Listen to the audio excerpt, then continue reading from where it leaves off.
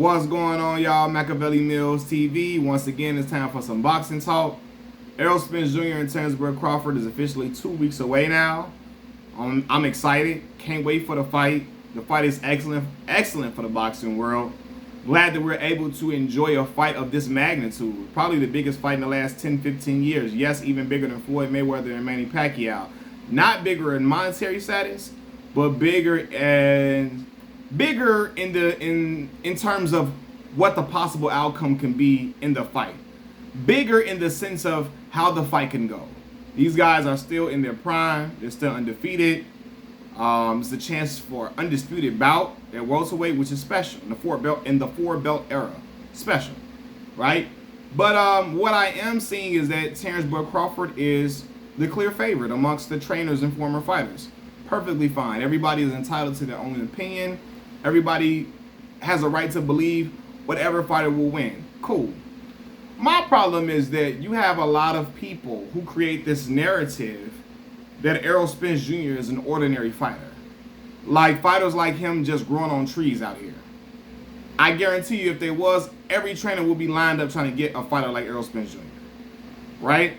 There's this notion that Errol is ordinary guy. He's not special. He's a good fighter, but he's not special. And I really want to debunk that. Because both of these men getting in the ring on July 29th are special. Without question. That is what makes this fight such a big matchup. If Errol was an ordinary guy, this fight wouldn't be as talked about as it is. People wouldn't be clamoring for this fight the way they are. Okay? Errol has built up, and it's not, because Errol is not a super loquacious guy, neither is Terrence Crawford. They are not big time talkers and shit talkers to sell a fight and make you just want to see a fight based upon their showmanship or based upon their the way they talk slick. Like Adrian Broner could draw people in regardless of what he was as a fighter. Even though Adrian was special in the lower weights, he was, right? But even when he started to take losses, he was still able to become a big draw because he talking shit. These dudes don't talk shit. The only reason why they talk shit, but not like Errol Spence, I mean not like Adrian Broner or Floyd Mayweather. The reason why this fight is as big as it is because they know both of these guys are special dudes. That's the only way for a fight to become a mega fight. One dude can't be ordinary and the other guy special. Motherfuckers wouldn't care about that type of fight. At all. At all. No matter how big the other dude is. And Terrence is not even a bigger star than Errol Spence as far as numbers go. I'm not saying he's drowning Terrence, but he does better numbers than Terrence. So it's a spectacular fight because both of these guys are special. I acknowledge, as a Errol Spence fan, I acknowledge Terrence Crawford is a special guy. He's an elite fighter. Has great counterpunching abilities. Can switch from orthodox to southpaw. Is great. Is extremely athletic. Can move around. Got good feet. Is a great finisher. So on and so forth. I give that brother props all the time. This is not a Terrence Crawford hate channel. I just rock with Errol, and I'm picking him to win a fight. But I know this fight is going to be the hardest fight any of these fighters had in their career. Any of these fighters had in their career, and I can acknowledge that. You got people out here acting like Errol ain't shit. And that's why I'm like, nah, bro, we not going to do that. That's crazy. That's crazy. And so I seen a dude like, man, why you going every time somebody say something about Errol, you got to come out and defend him, woo woo.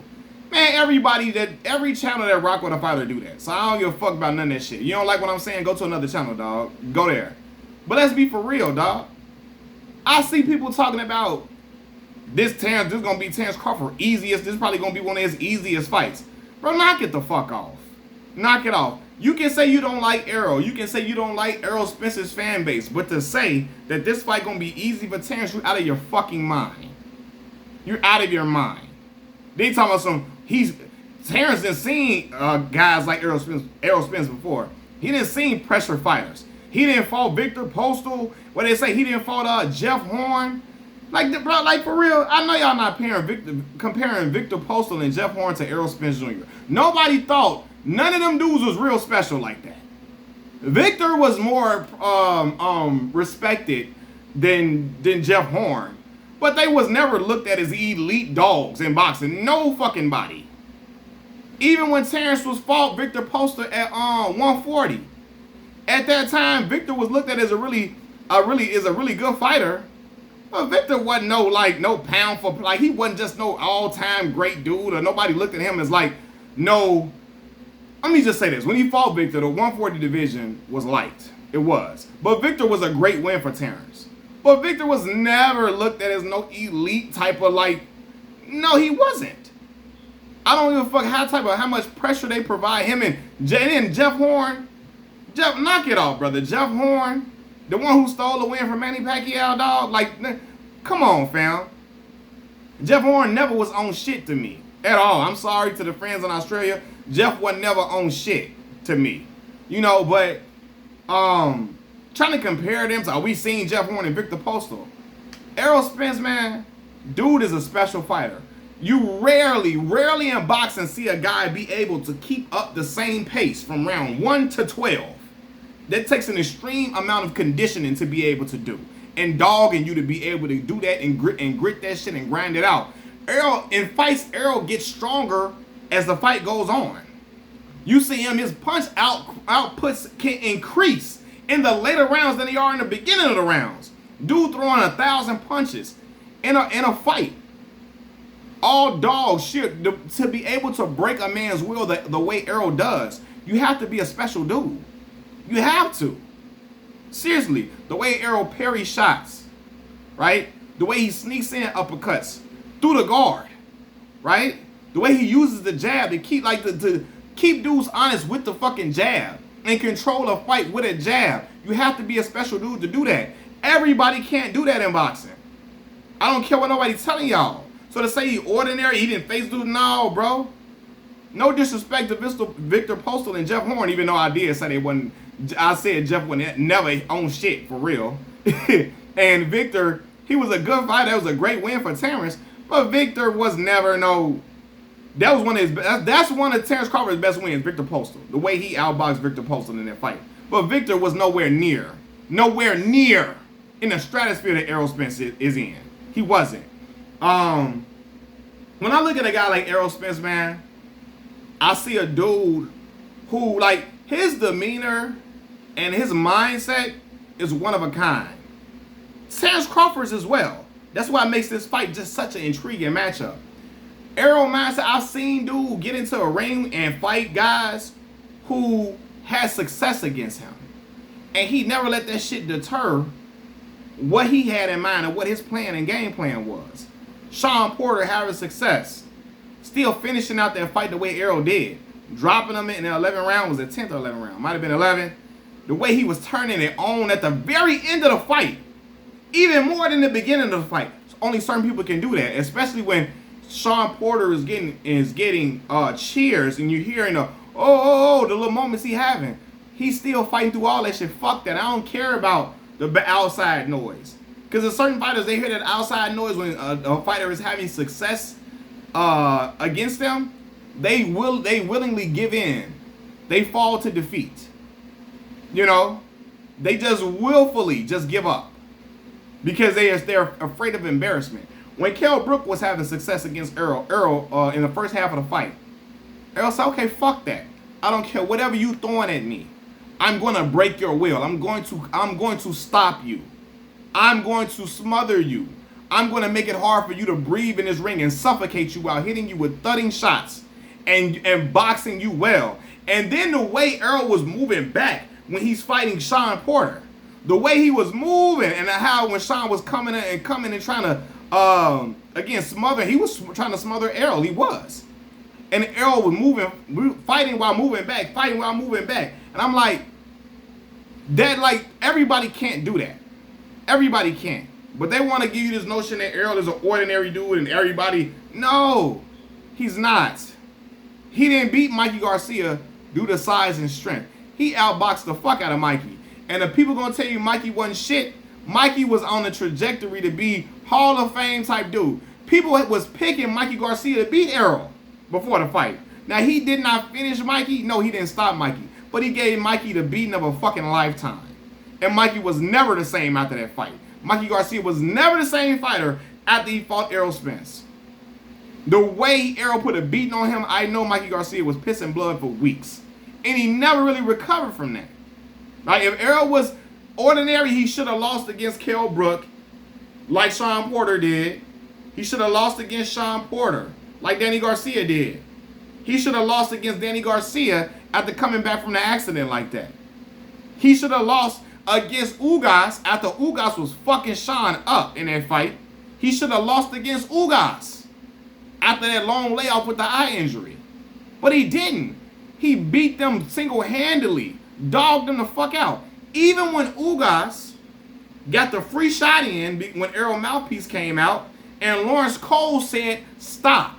You can stop, you can play that fight, and you'll hear him say stop. Showbiz the Adult even pointed out and played it in clear fashion. You hear Lawrence Cole saying stop, and he didn't step in to stop the fight. He just said stop and didn't make a decisive decision to stop and break them guys up at all. So that's when Errol got hit, because he like, Lawrence, what the fuck you doing? You said stop. So you trying to go for the mouthpiece, didn't get hit.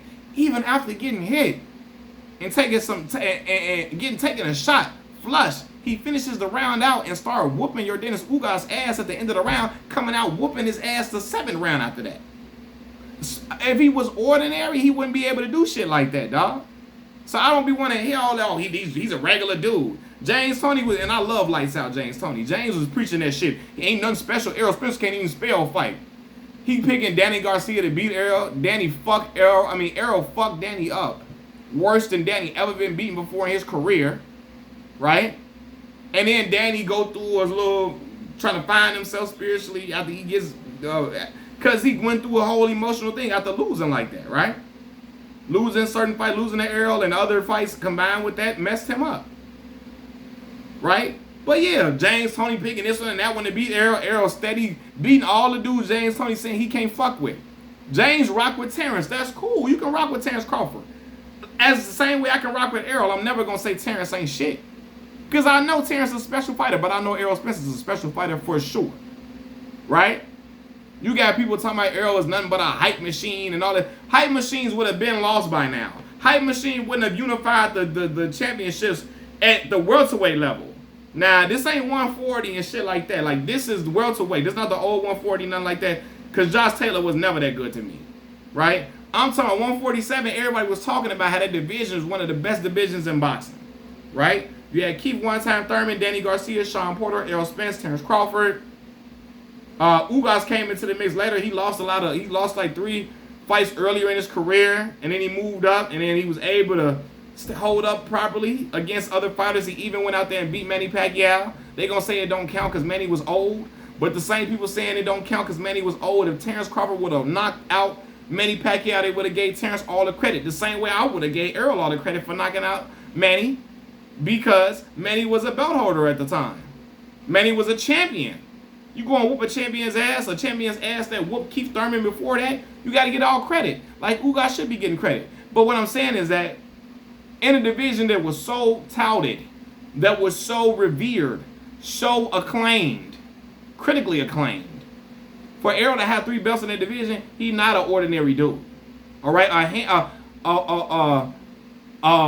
hype machine would have never won him 3 belts. He wouldn't be undefeated now. He ain't fighting Joe Smo and all that and Jim Rose and all. He fighting dudes that was former champions and taking a strap from them. Former champions, current champions taking a strap and fighting former champions too. You know, I can say I'm picking Errol Spence to win the fight. I can say that, right? But I'm never gonna say he's some hype machine and all this and all that, because that's fanned out behavior. Terrence Crawford is a great fighter, same way Errol Spence is, you know. But you got people, and I know why people are picking Bud to win, because they see, oh, Bud has a wider arsenal, or he can do a few more things than Errol Spence can do. He can do more things than Errol, and I concede to that. I say, yeah, Terrence can do more things than Errol, but I just think Errol does what he does so fucking well. I just think he still win the fight, because he's just really great at what he does. And I think a person being great at what they do can offset an array of skills, right? I still think that can get the job done. And boxing and basketball is 2 different sports. But I'm just going to always use this. There was a lot of guys more talented than a LeBron James, right? It was a lot of dudes that could do more things than had a different set of moves than Shaquille O'Neal. They can do a lot more, can shoot better, stretch the floor, they can pass better than Shaq and all this and all that. But LeBron and Shaq and them was dominant. So they were just so great at what they did. It didn't matter if you had a whole array of a wide set of skills. That shit didn't matter. They were gonna figure it out. You know? Both of them guys 4-time champions. You can argue LeBron lost this one and that one, all of that. Okay, he did, but we know basketball is a team sport. You know what I'm saying? But at the same time, I'm talking about LeBron James. And again, even when I'm bigging up LeBron and he won, it was still a team game then. What I'm saying is, even in one-on-one matchups, it was nothing. A lot of them dudes that were way more skilled than LeBron, it wasn't shit they could do with him. Because he was just that great at what he did. He could overcome certain things. That's what I think about Errol Spence, man. But to say he's a hype machine and he's been built up, that's bullshit, man. Because Terrence Crawford would have had to go through them same guys Errol beat. And if he would have won that, he would have been amazing, right? It wasn't nobody else for Errol Spence to fight but Terrence Crawford. He beat everybody except Terrence and Keith Thurman. But he didn't avoid Keith, but whatever.